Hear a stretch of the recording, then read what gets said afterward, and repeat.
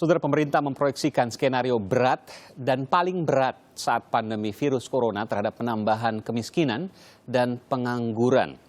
Skenario paling berat akan ada tambahan 3,78 juta orang miskin dan penambahan pengangguran 5,23 juta orang.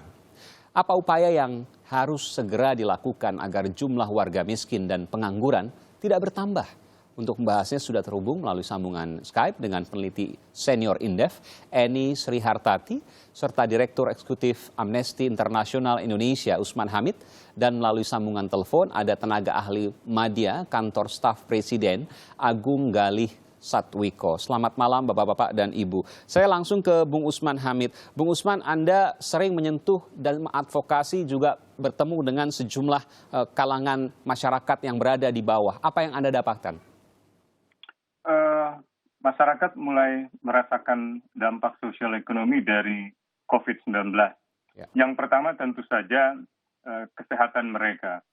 Yang kedua adalah pekerjaan mereka, pendapatan mereka. Mereka yang sudah bekerja, hak-hak mereka untuk bekerja mengalami banyak sekali dilema. Begitu pula mereka yang ada di sektor pekerjaan informal. Dan itu terasa sampai ke rumah saya atau rumah tetangga di mana para pekerja sudah mulai dirumahkan. Jadi yang formal maupun yang sektor informal itu semuanya terdampak. Saya kira totalnya sekarang mungkin jumlah pekerja atau buruh di sektor formal itu sudah sampai 1,5 juta, 1,500,000 Skenario orang. Yang disampaikan oleh pemerintah bahwa akan ada 3 juta orang miskin baru dan 5 juta pengangguran. Apakah itu skenario yang rendah atau sesungguhnya memang seperti itu kondisinya atau bisa lebih?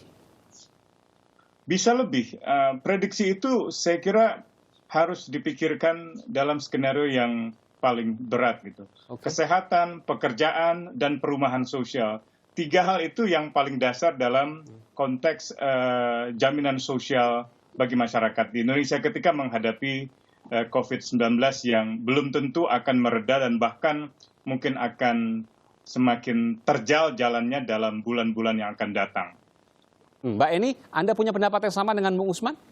Iya Mas Aiman. Jadi apa yang disampaikan oleh Mas Usman tadi itu, jadi rilis resmi dari Kementerian Tenaga Kerja saja waktu tanggal 8 April itu yang kena PHK di sektor formal, baru di sektor formal saja itu sudah 1,2 juta.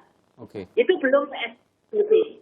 Nah, setelah PSBB, ini konsekuensi logisnya memang lebih banyak lagi aktivitas ekonomi terutama yang pasti terkendala dan bahkan terhenti. Nah, maka sebenarnya kalau melihat risetnya Semeru tadi, sekitar 8,5 juta itu pun saya itu juga masih cukup optimis gitu. Karena begini, data masyarakat yang rentan miskin, yaitu sekitar 10% terbawah sampai 20% yang terbawah, itu dalam kondisi normal kemarin itu sudah sekitar 40 juta orang. 40 juta? Kemarin kemiskinan absolutnya kan 25 juta. Tetapi yang rentan miskin itu sekitar 40 juta. Dan kalau sektor informal dimasukkan, maka data Bank Dunia waktu itu sekitar 115 juta. Tunggu sebentar, Mbak Eni. Artinya 115 juta Anda katakan sebagai orang yang miskin baru. Rentan miskin dan miskin baru kepada... Rentan miskin. Rentan miskin jika? Rentan miskin itu jika terjadi gejolak ekonomi. Nah, kenapa kok data Bank Dunia sebegitu besar? Karena Bank Dunia memasukkan sektor informal. Sektor informal di Indonesia kan cukup besar memang, sekitar 56-58%. Nah, sehingga itu ya juga mempunyai potensi rentan yang posisi rentan, dan menurut saya data itu kontekstual dengan posisi sekarang. Karena apa? Karena sektor informal kan memang yang juga paling punya dampak langsung atau terdampak langsung setelah ketika adanya COVID-19 ini. Sekarang sudah terjadi gejolak ekonomi, Mbak Eni. Artinya 115 juta yang Anda sebutkan tadi rentan miskin, jangan-jangan sudah jatuh miskin? Kalau ini tentu nggak semuanya, karena kan sektor informal itu memang tidak seluruhnya penghasilannya pas-pasan, gitu kan. Jadi sektor informal itu kan hanya untuk memastikan bahwa mereka tidak memiliki pekerjaan yang punya kontrak tetap, gitu kan, yang punya jaminan tetap, gitu. Iya. Karena berada di sektor informal. Nah, ini makanya kalau datanya Bank Dunia ini dimasukkan termasuk rentan miskin. Tetapi saya lebih katakanlah mengacu ke data BPS. Jadi kalau data BPS rentan miskin itu sekitar 40-an juta. Nah, sehingga kalau perlindungan sosial selama pandemi ini tidak optimal, maka potensi untuk dari yang rentan miskin menjadi miskin itu katakanlah kalaupun ya nggak sampai 50 juta pun, katakanlah 30% saja, itu sudah lebih dari 10 juta, Mas Aiman. Nah, sehingga kalau pemerintah hanya memperkirakan cuman sekitar 3,5 juta, itu berarti pemerintah harus siap betul terhadap efektivitas dari anggaran perlindungan sosial. Nah, ini baru yang dari rentan miskin. Belum lagi, sebenarnya tidak rentan miskin, tetapi mereka yang bekerja di sektor formal pun terpaksa karena perusahaannya berhenti beroperasi, maka mereka kena PHK. Nah, dengan adanya PSBB, kita proyeksikan PHK itu mungkin bisa mencapai 4 jutaan. Walaupun memang bisa jadi itu PHK sementara. Artinya sementara itu berlangsung selama COVID ini belum diatasi. Jadi pada kesimpulannya, kalau normal lagi mereka bisa bekerja lagi gitu. Pada kesimpulannya bahwa akan ada paling tidak 50 juta orang miskin baru? Anda mau mengatakan seperti itu? Iya. Jadi kalau kita tambahkan dengan jumlah orang miskin yang ada, tadinya kan 25. Iya. Nah, 25 ditambah misalnya ditambah dari yang rentan miskin itu antara 10-15 atau sekitar 10 juta saja, itu sudah dan ditambah yang kena PHK itu sudah memang mendekati angka 40-an juta. Baik, oke, saya langsung ke Bung Agung Galih Satwiko, tenaga ahli media KSP, kantor staf Presiden. Bung Agung, bisa mendengar saya jelas? Ya, Pak Aiman, terima kasih. Tadi sudah dipaparkan data oleh Bung Usman dan juga Mbak Eni. Apakah data ini sama seperti yang dimiliki oleh negara? KSP tentu punya jawaban bahwa akan ada puluhan juta orang miskin yang baru nanti. Jumlahnya total tadi disebutkan sekitar 30, 40, bahkan bisa menyentuh angka 50 juta orang miskin.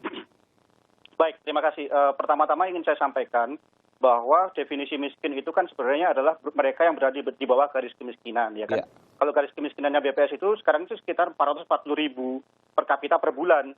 Dan di sana didominasi oleh makanan, 74%-nya itu oleh makanan. Nah, data yang tadi disampaikan oleh Bu Eni itu sebenarnya adalah data yang dirilis oleh World Bank dalam papernya yang terakhir, yaitu Aspiring Indonesia Expanding Middle Income Class.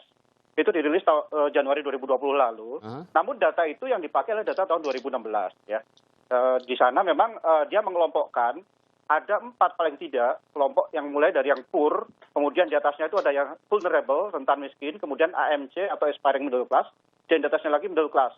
Nah, kalau dari sisi vulnerability yang rentan miskin, di sana dihitung sebenarnya jumlahnya hanya 61,6 juta atau 24% dari jumlah penduduk. Tapi sekali lagi, ini adalah data tahun 2016 dan saya tidak ingin masuk ke dalam perdebatan mengenai berapa jumlah, karena gini Mas, di atas garis kemiskinan itu kita bisa melihat juga berapa sebenarnya yang benar-benar di atas dekat banget dengan garis kemiskinan itu. Berapa yang masih agak jauh, berapa yang di atasnya lagi, kan gitu kan. Jadi perhitungan KSP berapa Mas Agung? Saat ini berapa, akan ada pertambahan berapa dalam konteks medium, dalam konteks berat? Betul. Misalnya. Betul. Jadi begini, KSP tidak melakukan perhitungan secara spesifik mengenai hal ini. Kami merely terhadap perhitungan yang disampaikan oleh Kementerian Keuangan. Di sana disampaikan bahwa akan ada tambahan 3,8 juta kalau kondisi sangat berat, kalau kondisi berat hanya 1,2 juta. Tapi terlepas dari itu, kami menyadari bahwa ada potensi di atas garis kemiskinan yang mungkin yang dekat dengan garis kemiskinan itu akan jatuh menjadi miskin, dan itu akan menambah jumlah penduduk miskin itu lebih banyak. Dan berapa jumlahnya? Kita belum tahu jumlahnya. Belum tahu, Pak. Kita belum tahu jumlahnya. Tapi apakah akan mencapai total seluruhnya 50 juta?